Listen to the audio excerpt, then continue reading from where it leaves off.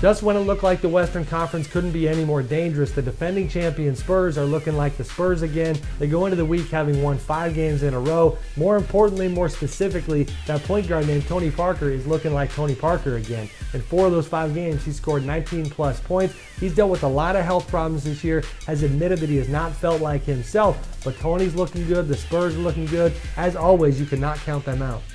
Russell Westbrook's onslaught continues, and he is setting quite the stage for a big-time game on Wednesday night. OKC against the Clippers. That means we get Russ against the one and only Chris Paul. Should be a lot of fun, but make no mistake, nobody in the league right now is as dominant as Mr. Westbrook. 5 triple-doubles in his last 6 games. The most recent coming Sunday night against Toronto. 30 points, 17 assists, 11 boards. And let's not forget, take a minute to remember what he's been through and appreciate the fact that he's finally healthy, finally playing at the top of his game again.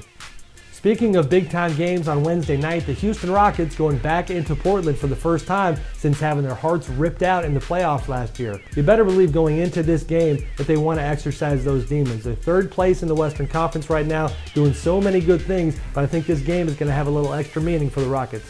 When I sat down with Kobe Bryant recently in Newport Beach to discuss his documentary, he made a statement that I think plenty of people would disagree with. He said the fact of the matter is, everybody wants to play for this organization.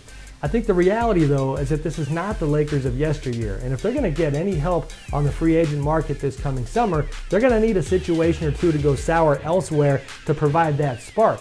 So on Sunday night, when the Dallas Mavericks came into LA and beat the Lakers with Kobe Bryant sitting on the bench, you got to believe he sat there watching Rajon Rondo and wondered where his head would be at in July when he becomes a free agent.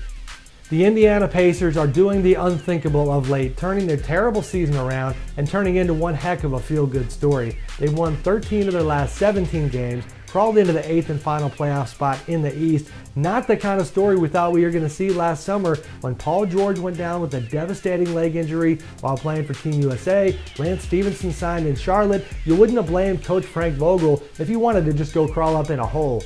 Lo and behold, here they are. And then how about this? Paul George is aiming to come back in mid-March or late March, should be ready in time for the postseason.